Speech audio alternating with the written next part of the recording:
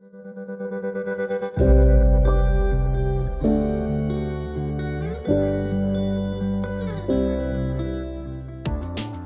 মই বনাবলৈ লৈছোঁ সহজ পদ্ধতিৰে মটৰ পনীৰ। মটৰ পনীৰ বনাবলৈ মই প্ৰায় 200 গ্ৰাম পনীৰ আৰু অলপ ফ্ৰ'জেন মটৰ লৈছোঁ। আৰু লৈছোঁ এটা বিলাহী, ডাঙৰ পিঁয়াজ দুটা, অলপ আদা নহৰু আৰু 2টা কেঁচা জলকীয়া।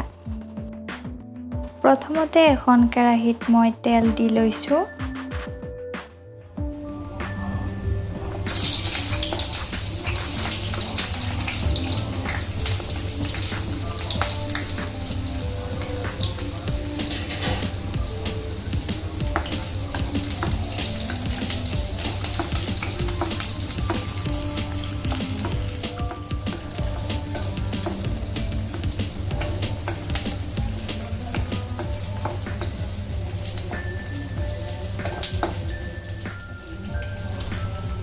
এতিয়া ইয়াত পিঁয়াজখিনি দি অলপ লৰাই তাতে জলকীয়া আৰু আদা নহৰুখিনি দিছোঁ।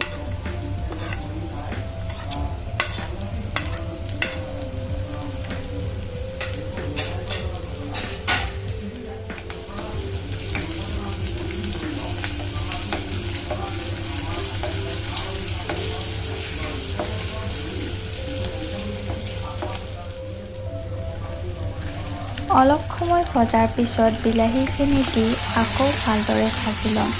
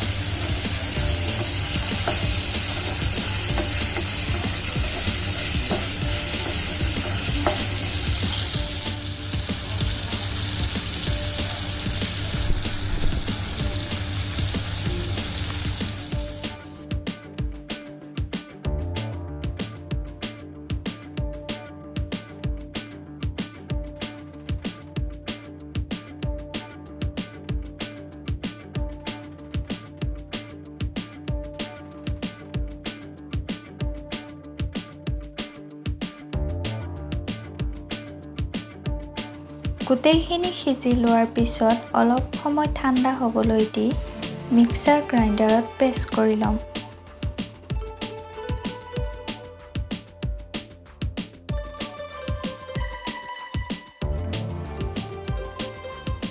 এতিয়া আকৌ কেৰাহীখনত অলপ তেল দি লৈছোঁ। তেলখিনি গৰম হোৱাৰ পিছত এতিয়া ইয়াত পেষ্টখিনি দি দিছোঁ।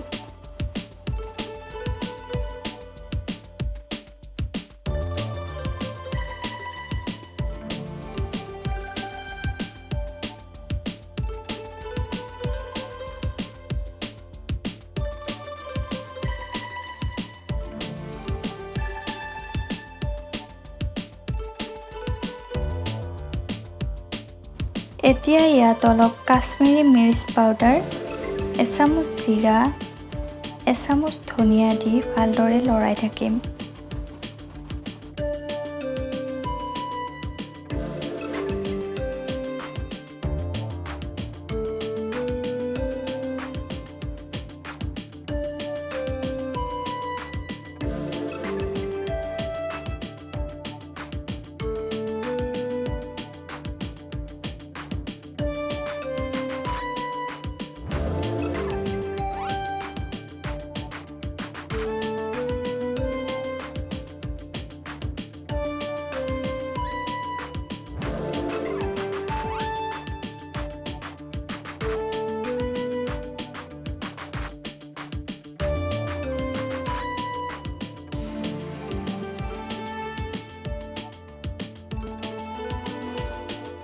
পানী নোহোৱা হৈ যোৱাৰ পিছত মটৰ আৰু পনীৰখিনি ইয়াতে দি দিম।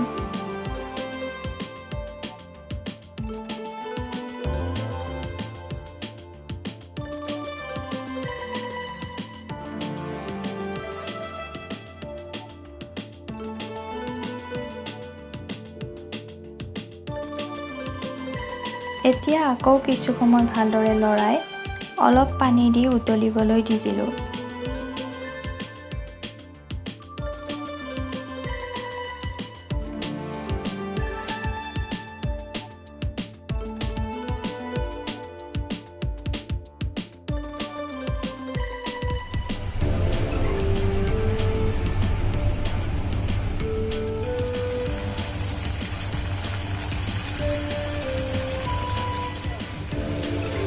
পানীখিনি কমি যোৱাত এতিয়া ইয়াত অলপ কেঁচা ধনিয়া দিছোঁ।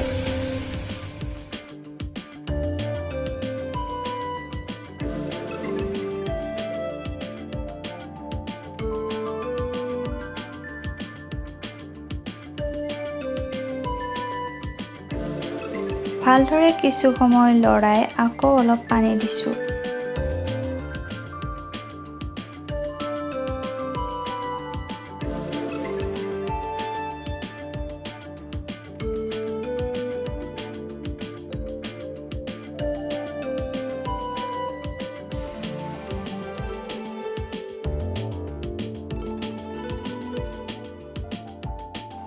পানীখিনি কমি যোৱাৰ পিছতে আমি মটৰ পনীৰখিনি নমাই থৈ দিম। এয়া মটৰ পনীৰখিনি ৰেডি হৈ গ'ল। থেংক ইউ ভিডিঅ'টো চোৱাৰ বাবে। যদি ভিডিঅ'টো ভাল লাগে আপোনালোকে মোৰ চেনেলটো প্লিজ ছাবস্ক্ৰাইব কৰি দিব।